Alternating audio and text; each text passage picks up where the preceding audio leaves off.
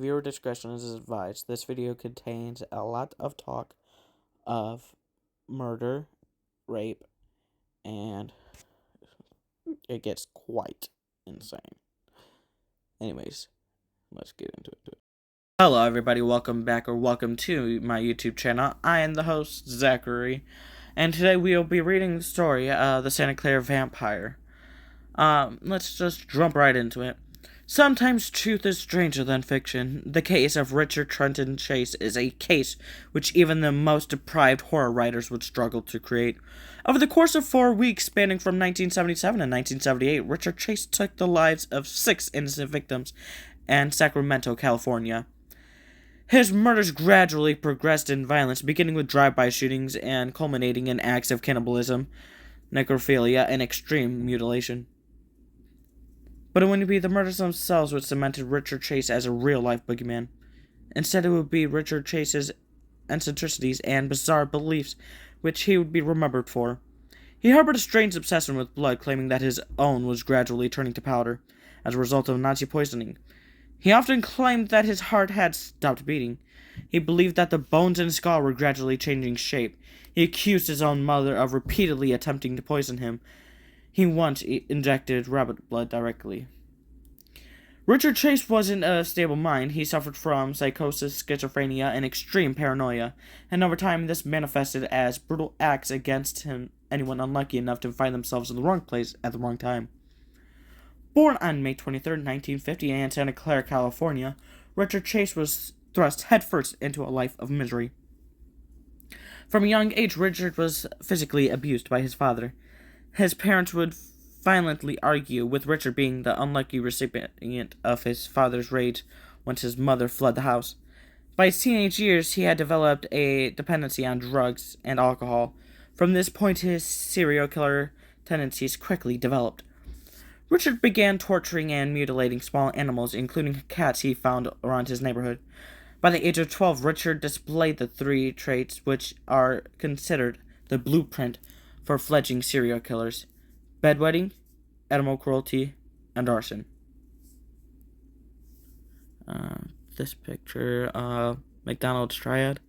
Common characteristics include the McDonald triad is the tool that has been used many times to identify common characteristics of a potential serial killer: bedwetting, fire starting, animal cruelty.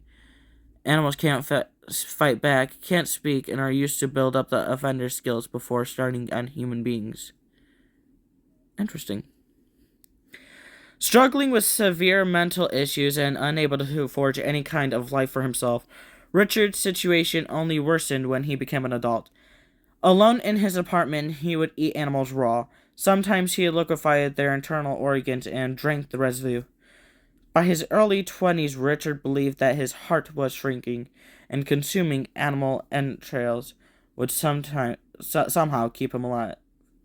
In 1975, Richard injected himself with rabbit's blood, resulting in a severe case of blood poisoning. Following this incident, he was admitted to a mental institution. However, Richard escaped in 1976, but he was apprehended again and sent to a hospital for the criminal insane. It was here where Richard's vampiric tendencies were fully exposed. He regularly discussed his blood-drinking fantasies with other inmates, eventually earning himself the nickname Dracula. Officially released in late 1976 after being declared no longer a threat to society, Richard immediately returned to his previous life. He caught neighborhood pets, drank their blood, and one time even called a neighbor to inform him of the horrific thing he had done to his dog. Richard Chase's delusions grew further, which now combined with murderous impulses to create a highly volatile, dangerous monster. However, his blood fantasies would soon escalate to something else entirely. It would be on December 29, 1977, that Richard Chase committed his first murder. Amber Griffin, a 51-year-old gentleman, dropped dead outside his Sacramento home. Richard Chase had driven by and fired a .22 caliber pistol randomly in Amber's direction. There were no rhyme or reason to Amber's murder. He wasn't targeted for any reason. Ambrose Griffin simply found himself in the wrong place at the wrong time. Casings were discovered near the Griffin home, however, nothing pointed to a suspect. Richard continued to wander the streets of Sacramento by night. On January 11, 1978, he approached the door of a woman named Jan Layton. He simply walked up to her patio door and pulled the handle. Finding it locked, however, Richard then tried the windows instead, also locked. But perhaps the most unnerving part of all was that Jan Layton watched the whole thing. She saw a disheveled, long-haired man arrive at her door, then move to her windows, then back to her door. It was here that she met Richard Chase face to face through the glass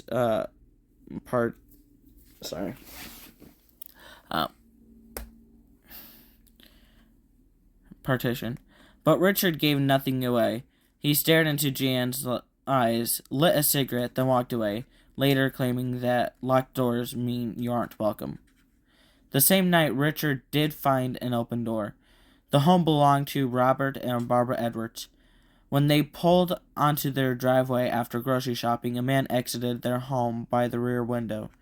From the shadows, Richard Chase ran past them, cradling handfuls of valuables he had stolen from their home. Robert Edwards followed Richard as far as he could, but Richard leaped over a fence and disappeared into the night. When detectives inspected the Edwards household, they discovered that Richard had not only taken valuables, but had also urinated in a drawer and defecated on their son's bed. While Richard escaped, the night still wasn't over. Something equally strange happened next. Nancy Halden, a young woman, had been shopping that evening in a nearby center. As she was leaving one of the stores, an unkempt man approached who she believed to be homeless. The man walked up to her and asked, "Were you on the motorcycle when Kurt was killed?" Nancy was stunned. 10 years before, she had indeed dated someone named Kurt who died in a motorcycle accident. However, she had no idea who the strange man was. It wasn't until Richard said, "It's me, Rick Chase," that Nancy realized who she was talking to. He looked nothing like she remembered. Richard was an old school friend of Nancy's, but it was clear that Richard had struggled through the difficult life. He was clearly nervous, craving a drug hit, and his clothes were riddled with stains. Nancy had made her excuse, but Richard followed her to her car. He begged her for a lift. However, Nancy quickly made her escape. It'd be on January 3rd, 1978, that Richard Chase found his next unlocked door. Inside the home at 2360 Niagara Way was a woman named Teresa Wallen.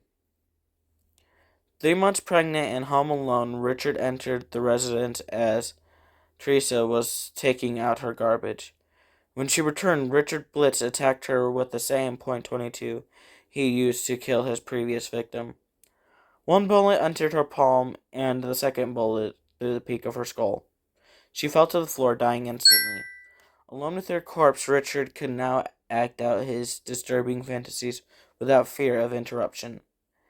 And he did. Richard pulled Teresa's corpse to her bedroom, then repeatedly raped her.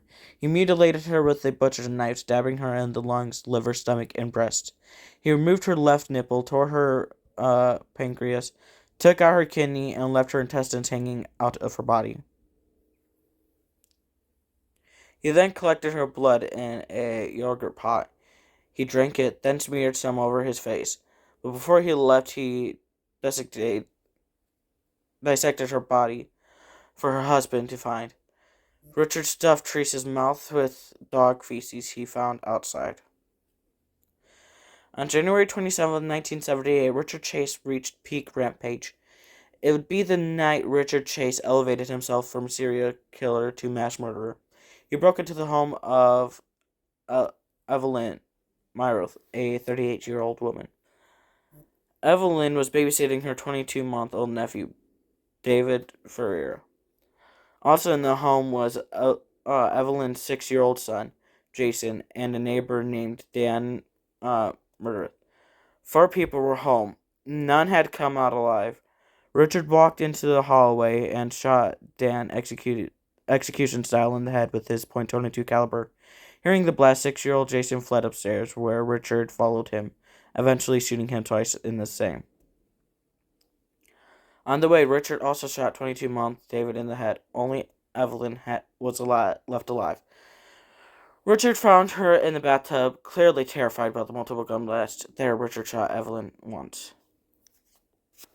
Warning case picture, tub full of blood.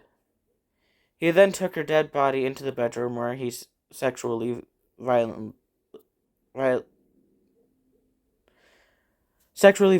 her. Richard carved her body with knives he found in the kitchen.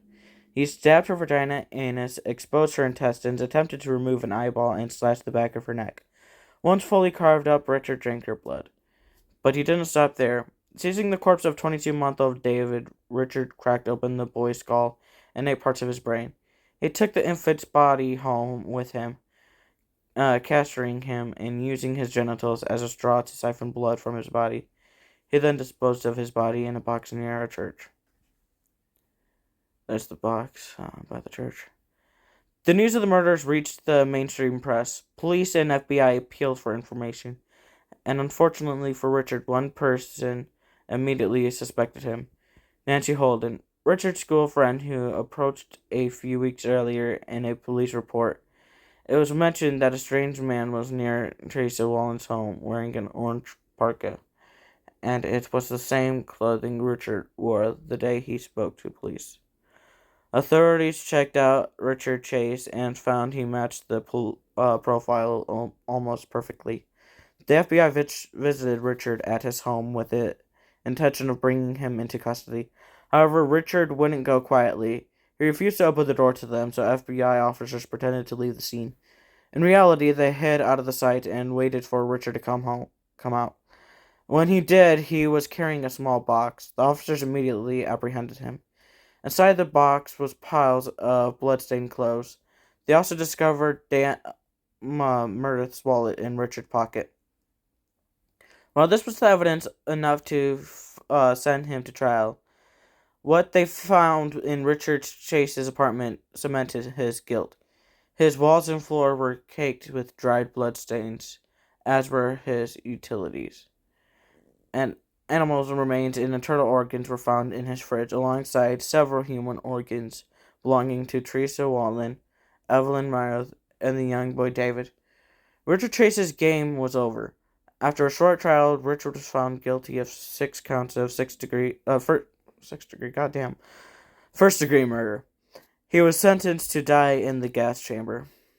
Unfortunately, Richard Chase never quite made it that far.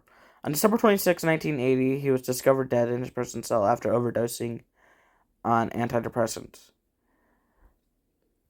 If you enjoyed this video, please like and subscribe and turn on post notifications. This story was quite insane.